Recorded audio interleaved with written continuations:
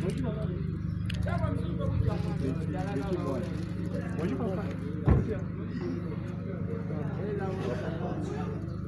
ganha para qual liga vai, não?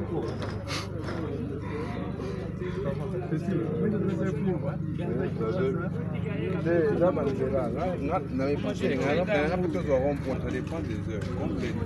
Eu tô vendo mas não é uma na sens na visão.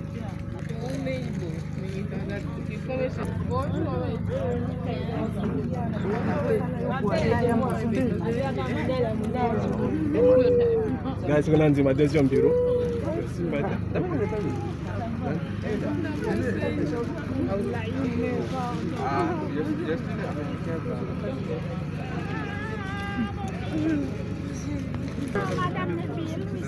Madame le film, oui, ça va. Ça va. C'est moi comme on a eu la seconde nous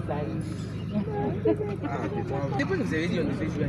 Mais bon, on sait combien de jours? Não, a gente é maneira.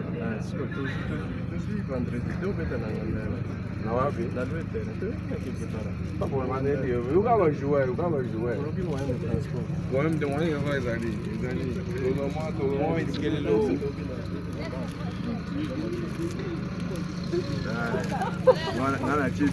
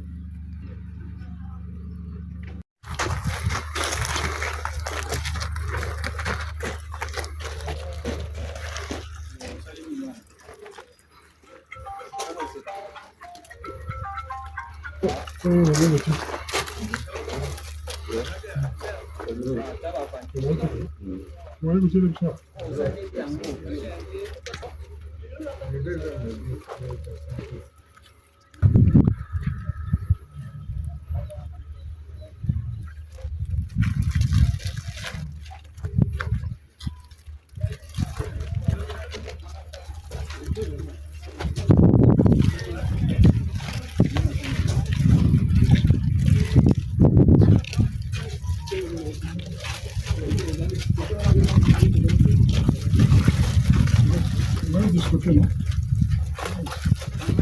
Venez de ce côté.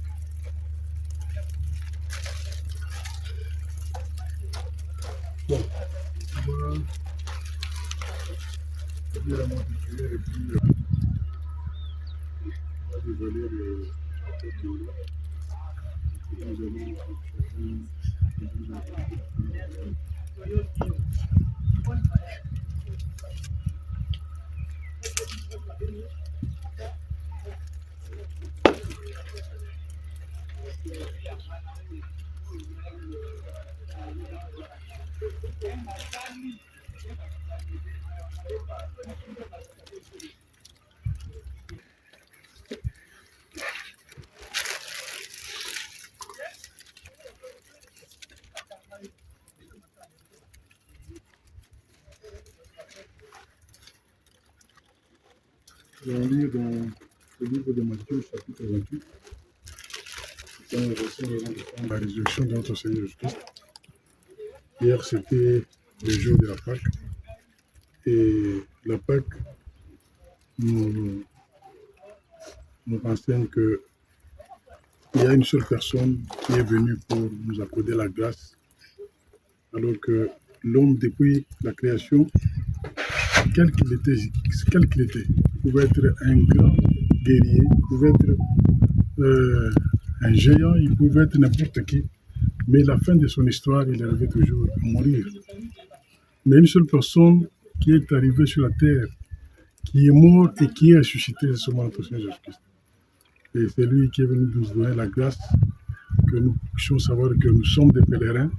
Un jour nous partirons, mais un jour, par la grâce de Dieu, le Seigneur va venir pour nous ressusciter d'entre les morts. Comme ça que nous allons lire un peu cette portion de l'Écriture. Matthieu 28, à partir du premier verset, la Bible dit: après le sabbat, à l'aube du premier jour de la semaine, Marie de Magdala et l'autre Marie allèrent voir le sépulcre. Et voici, il y eut un grand tremblement de terre, car un ange du Seigneur descendit du ciel, vint rouler la pierre et s'assit dessus. Son aspect était comme l'éclair et son vêtement blanc comme la neige. Les gardes tremblèrent de peur et devinrent comme morts. Mais l'ange prit la parole et dit aux femmes: pour vous, ne craignez pas, car je sais que vous cherchez Jésus qui a été crucifié. Il n'est point ici, il est ressuscité comme il avait dit. Venez, voyez le lieu où il était couché. Et allez promptement dire à ses disciples qu'il est ressuscité des morts. Et voici, il vous précède en Galilée. C'est là que vous le verrez. Voici, je vous l'ai dit. Amen. Amen.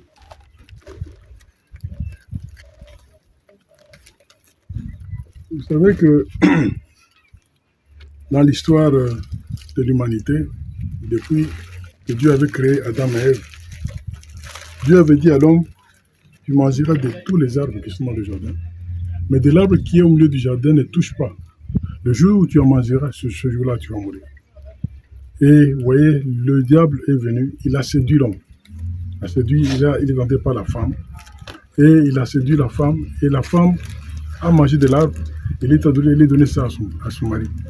Et depuis lors, l'homme a commencé à passer par la mort. Et c'est ça, aujourd'hui, nous voyons toutes ces tombes ici. C'est pour dire que l'homme il n'a pas été vraiment fidèle à la parole de Dieu. Il avait écouté la voix du diable. Et la voix du diable, le diable lui a dit: non, vous ne mourrez pas. Et c'était seulement: vous ne mourrez pas. Et la femme a cru à ce que le diable lui a dit. Et en mangeant de cet arbre, aujourd'hui, nous avons ce qui est devant nous, la mort. Mais il y avait une promesse dans la Bible qui avait dit que je vous enverrai quelqu'un qui viendra pour vous délivrer de la mort. Et ce n'est pas le quelqu'un là, c'était Dieu lui-même. C'est Dieu lui-même qui est venu, qui a laissé le trône, qui a laissé la gloire, qui est descendu. Il s'est fait un homme. Il a pris un corps humain comme nous. Il est venu, il a vaincu le péché. Il a vaincu le mal. Et la Bible dit, quand on l'a crucifié, c'était les religieux, les Sanhédrins qui étaient là. Ils ont cherché à le faire du mal. Ils se sont dit que cet homme, si nous le laissons, il va emporter avec lui tout ce qui est comme tous nos fidèles. Nous devons le tuer. Et c'est comme ça qu'on l'a tué. En le tuant, ils pensaient qu'ils ont arrêté cette parole-là. Ils ont arrêté la parole de Dieu. Or, c'était une manière que cette parole puisse aller encore de l'avant. Et notre Seigneur était mort réellement. Et la Bible dit, le matin de dimanche, alors qu'il était mort vendredi, le matin de dimanche, alors que Marie et les autres sont allés pour chercher à embaumer le corps, ils arrivent là, c'était un tremblement de terre qu'il y a eu. Et c'était la résurrection de Jésus qui s'était opérée. Et il s'est révélé à eux pour dire que j'étais mort, maintenant je suis vivant.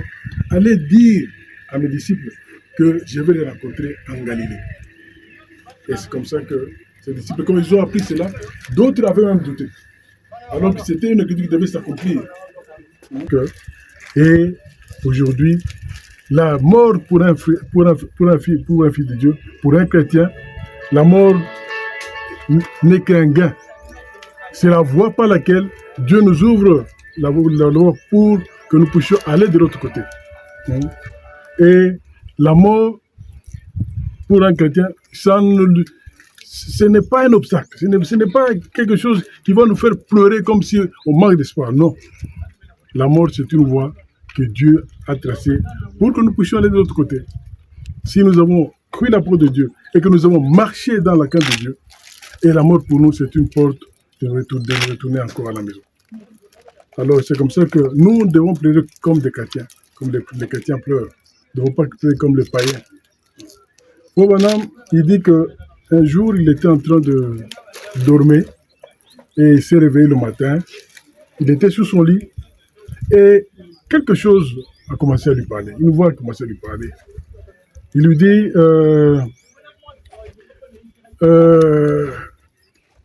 je peux un peu lire, vous allez comprendre. Qu'est-ce qui se passe de l'autre côté?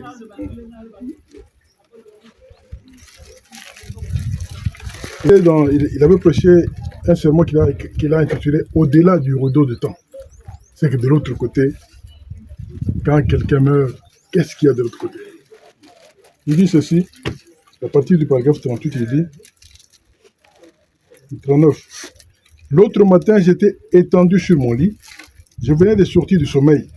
J'avais placé mes mains derrière ma tête et je me reposais, la tête appuyée contre l'oreiller. Alors j'ai commencé à me demander comment ça serait de l'autre côté. Je me rendais compte que si je vivais aussi vieux que le mien, que ses parents, ses anciens, ses aïeux, j'avais déjà vécu plus que la moitié de ma vie et que je voulais faire plus que le Seigneur avant de quitter cette vie. C'est qu'il voulait encore travailler beaucoup avant qu'il puisse quitter cette terre. Il voulait encore travailler davantage pour le Seigneur.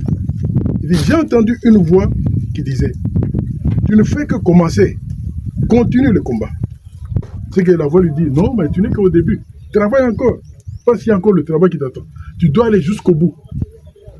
Continue le combat, continue à courir vers le but. Alors j'étais là à méditer sur ces paroles. Je me suis dit que je m'étais juste imaginé avoir entendu une voix. La voix a dit de nouveau, continue le combat, continue à avancer, continue à avancer. Je n'y croyais toujours pas. Je me suis dit que c'était peut-être moi qui avais dit ces paroles. Je me suis mordu les lèvres, je me suis mis la main sur la bouche et j'écoutais. La voix parlait de nouveau. Continue simplement à courir vers le but. Si seulement tu savais ce qu'il y a au bout de la route, c'est comme si j'entendais la musique et les paroles d'un vieux cantique que je connais bien. Ce cantique qui dit « J'ai le mal du pays, les cafards, et c'est Jésus que je veux voir. J'aimerais entendre les cloches du Havre, le carillonnement, mon sentier s'éclairerait, toutes mes craintes se dissiperaient. Seigneur, laisse-moi regarder de l'autre côté du rideau de temps. » Alors la voix m'a demandé, aimerais-tu voir juste au-delà du rideau? J'ai répondu, ça m'aiderait tellement. Ce qui est arrivé, je ne saurais le dire. Je ne sais pas ce que je peux vous expliquer de ce qui m'était arrivé. J'étais dans mon corps ou hors de mon corps, si ce n'était un ravissement, je ne sais pas.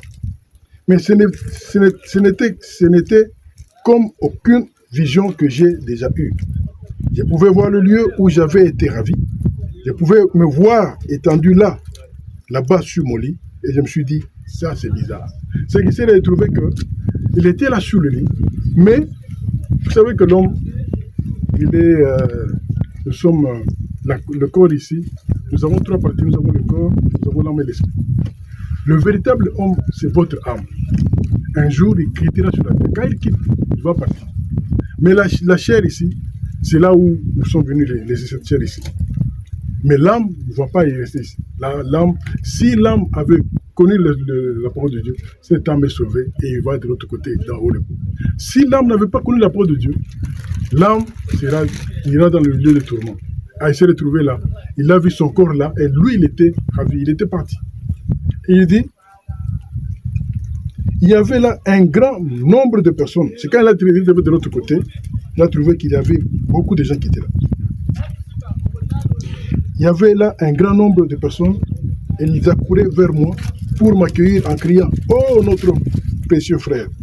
D'abord, des jeunes femmes sont venues et elles avaient l'air d'être au début de la vingtaine. Et elles m'étreignaient en disant « Notre précieux frère !» Des jeunes hommes dans toute la splendeur virile de la jeunesse, les yeux étincelants comme des étoiles au plus sombre de la nuit, les dents blanches comme des perles, et m'étreignirent en disant « Notre précieux frère !» C'est qu'il a vu et les femmes et les hommes qui sont venus vers lui. Mais presque à l'âge de 18 à 20 ans, tout le monde. C'est qu'il n'y avait pas de vieux. Curieusement, il n'y avait pas de vieux. Tout le monde était jeune. Et lui-même s'est retrouvé aussi dans le même âge que les autres. Alors j'ai remarqué que j'étais moi aussi revêtu jeune, redevenu jeune. Je me suis regardé là et je me suis retourné pour regarder mon vieux corps étendu sur le lit, les mains derrière la tête. J'ai dit, je ne comprends pas. Je me suis mis à essayer de comprendre quel était ce lieu où j'étais. Et alors j'ai commencé à prendre conscience qu'il n'y avait pas d'hier, pas de demain là-bas. C'est quand il est arrivé là, il a compris que là, il n'y avait pas d'hier, il n'y avait pas de demain, c'était l'éternité. Personne ne me semblait se fatiguer. Alors qu'une multitude de jeunes gens, de jeunes femmes, les plus belles que j'ai jamais vues, me sautaient au cou, j'ai constaté qu'il y avait seulement un grand sentiment d'amour qui m'envahissait, sans aucune attraction physique, comme c'est le cas dans le comportement humain. J'ai remarqué que ces jeunes femmes avaient tous les cheveux qui leur descendaient jusqu'à la ceinture et leur jupe leur arrivait à la cheville. Ensuite, hop, ma première femme m'a serré dans ses bras et elle l'a dit, mon précieux frère. Et puis, une autre sœur, une autre jeune femme m'a serré dans ses bras et hop, s'est retournée et a serré cette jeune femme dans ses bras. Et j'ai dit, je ne comprends pas. Ceci, c'est quelque chose de totalement différent de notre amour humain. Je ne veux pas retourner dans ce vieux corps étendu sur le lit. C'est qu'après, quand il a vu tout cela, il s'est dit que non, c'est mieux de rester de ce côté. Je ne veux pas rentrer de l'autre côté. Mais la voix lui dit ceci. Mais une voix m'a parlé. Ceci, c'est que tu as prêché. Ceci, c'est ce que tu as prêché. C'est le Saint-Esprit. Ceci, c'est l'amour parfait. On ne peut pas entrer ici si on ne l'a pas. C'est que si vous n'avez pas l'amour parfait, si vous n'avez pas le Saint-Esprit, vous ne pouvez pas entrer de l'autre côté. Alors il dit, ensuite, on m'a pris, on m'a fait asseoir à un endroit élevé. Il y avait tout autour de moi un grand nombre d'hommes et de femmes dans la fleur de leur jeunesse. Ils criaient de joie, ô notre précieux frère, nous sommes tellement heureux de te voir ici. Je me suis dit, je ne rêve pas, car je peux voir ces gens et je peux voir mon corps étendu là-bas sur le lit. La voix m'a parlé, tu sais, il est écrit dans la Bible que les prophètes étaient recueillis auprès de leur. J'ai dit, oui, je me souviens d'avoir vu ça dans les Écritures. Mais il n'y a pas autant de Branham que ça. La voix a répondu, ce ne sont pas des Branham, ce sont des convertis. Ce que tu as conduit au Seigneur. Certaines de ces femmes que tu trouves si jeunes, si ravissantes, avaient plus de 90 ans quand tu les avais conduites au Seigneur. C'est qu'il y a des personnes ici que tu vois, c'était des grandes personnes sur la terre. Ils étaient peut-être d'autres à 90 ans, d'autres à 70 ans, ainsi de suite. Ils étaient déjà des vieux sur la terre. Mais quand on vient de ce côté, on arrive à se revêtir d'un corps nouveau, un corps glorifié. Et c'est ce corps-là qui nous mène, qui amène quelqu'un à avoir l'âge entre 18 et 20 ans. Elle dit, ce n'est pas étonnant qu'elle crie, mon précieux frère. Oui, toute la multitude s'est criée ensemble. Si tu n'étais pas allé proclamer l'évangile, nous ne serons pas ici. J'ai répondu, où est Jésus? Je veux le voir. Ces gens ont répondu, il est juste un peu plus haut. Un jour, il viendra à toi et tu as été envoyé comme chef. Et quand Dieu viendra, il te jugera selon ce que tu as enseigné. J'ai demandé, est-ce que Paul et Pierre devront eux aussi être jugés comme cela? La réponse a été oui. J'ai dit, j'ai prêché ce qu'ils ont prêché. Et je n'en ai pas dévié ni d'un côté ni de l'autre. Ils baptisaient au nom de Jésus, j'ai fait de même. Ils enseignaient le baptême du Saint-Esprit, j'ai fait de même. Tout ce qu'ils ont enseigné, moi aussi je l'ai enseigné. Nous le savons, ont dit ces gens. Et nous savons qu'un jour, nous retournerons sur la terre avec toi. Jésus viendra et te jugera selon la parole que tu as prêchée. Après, tu nous présenteras à lui et tous ensemble, nous retournerons sur la terre pour y vivre pour toujours. J'ai demandé, est-ce que je dois retourner sur la terre maintenant? Ils ont répondu, oui, mais continue à courir vers le but. Et après, il s'est retrouvé, il est rentré dans ce corps et il est sorti de cette grande vision qu'il avait eue. Alors c'est pour dire ceci, c'est pour dire que de l'autre côté, quand quelqu'un de l'autre côté, vous lui demandez de venir, de rentrer de ce côté, il va vous trouver comme si vous êtes fou. Parce que lui, il est dans la facilité. Il est dans une allégresse impossible. Il est dans une situation où tout est parfait. Tout est bien. C'est nous ici qui devons tout faire pour aller de l'autre côté.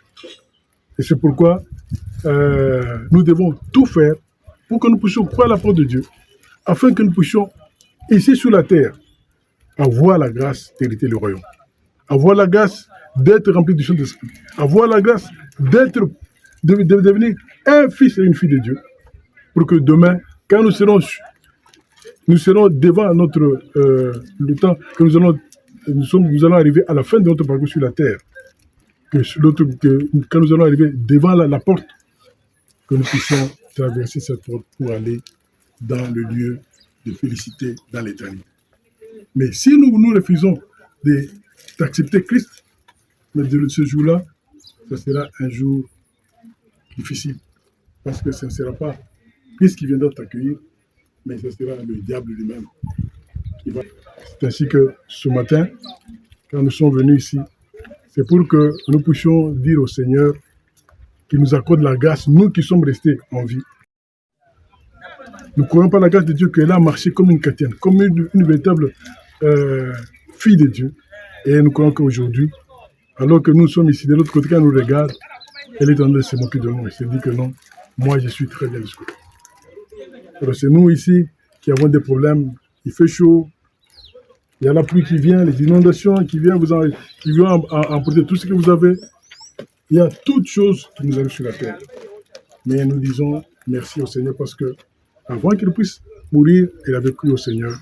Et nous croyons que par la grâce de Dieu, elle est dans ce lieu-là de félicité, dans ce lieu-là où elle est avec les bien-aimés, où ils sont en train de nous attendre, que nous aussi, quand nous allons mourir, que nous puissions les rejoindre.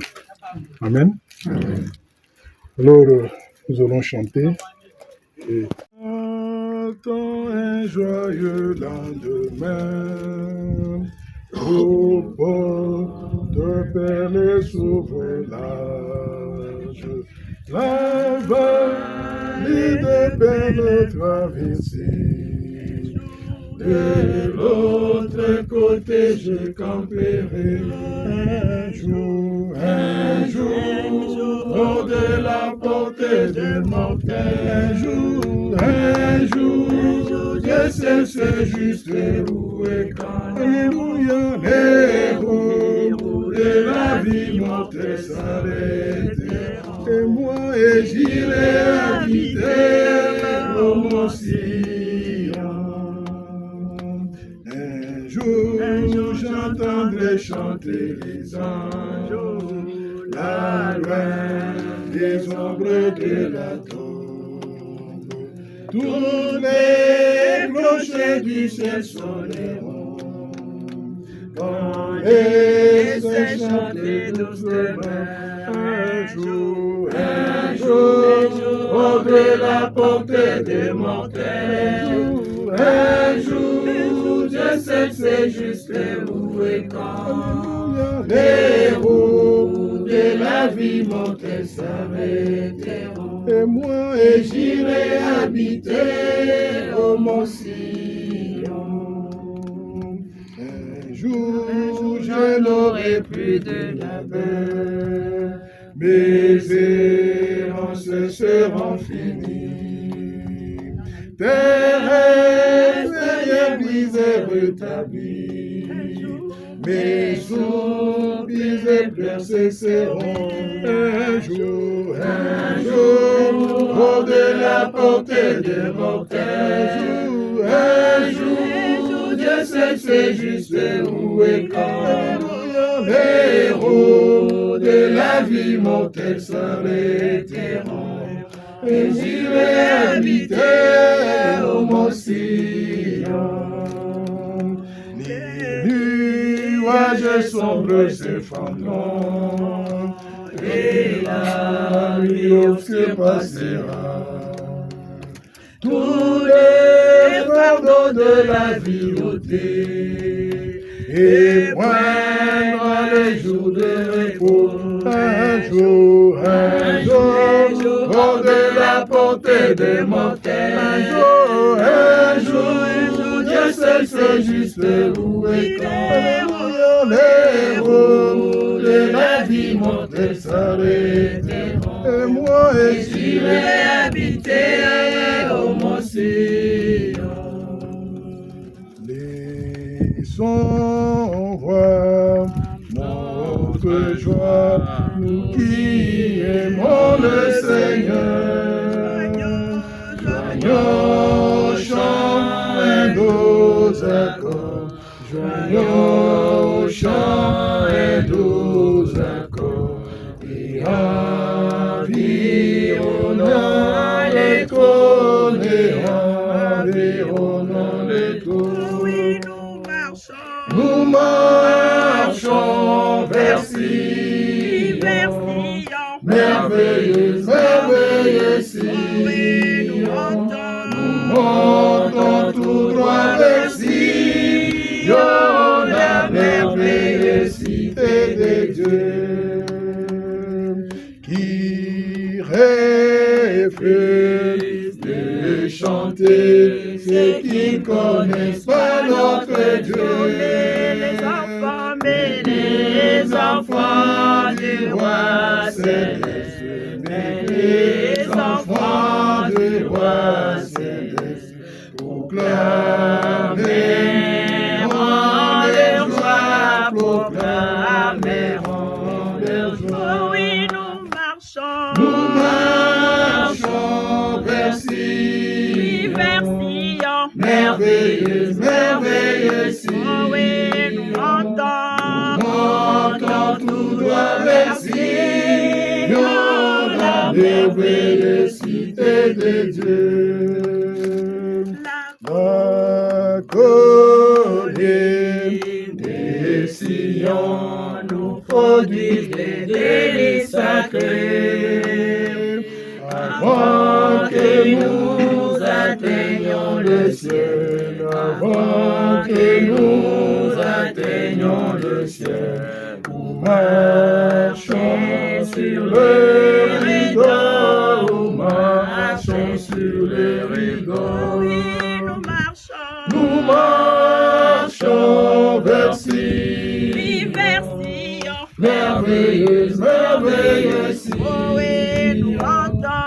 Montons tout droit vers Sion, la merveilleuse cité de Dieu.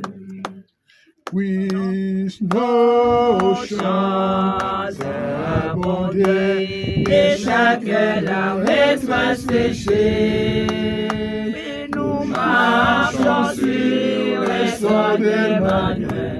Nous marchons sur les sons d'Emmanuel.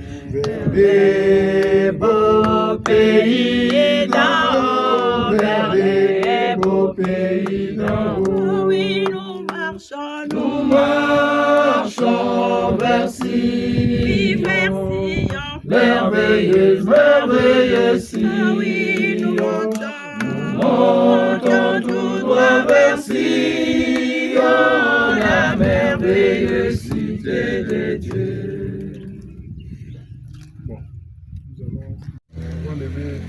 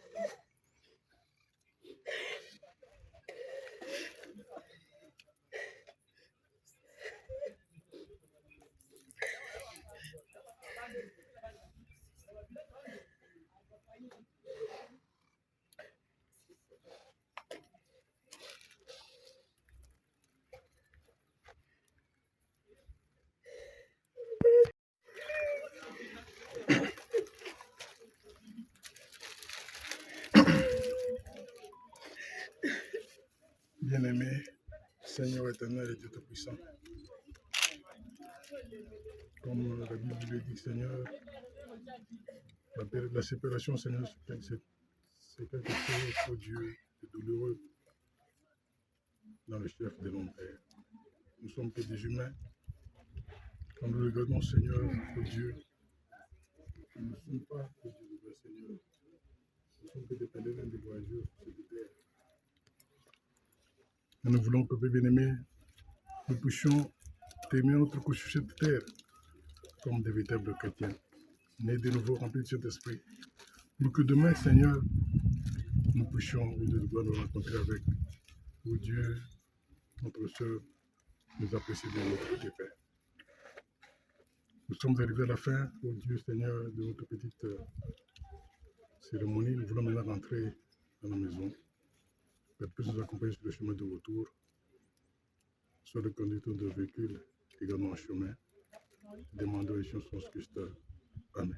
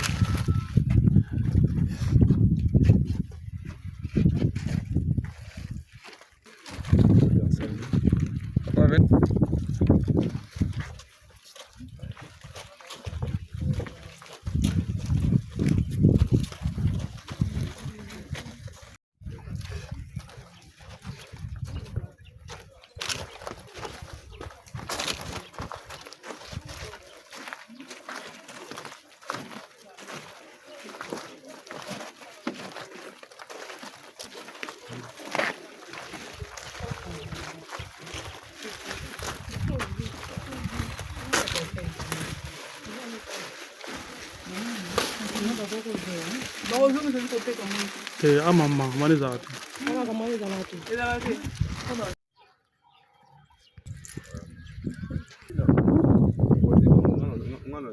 Kwani?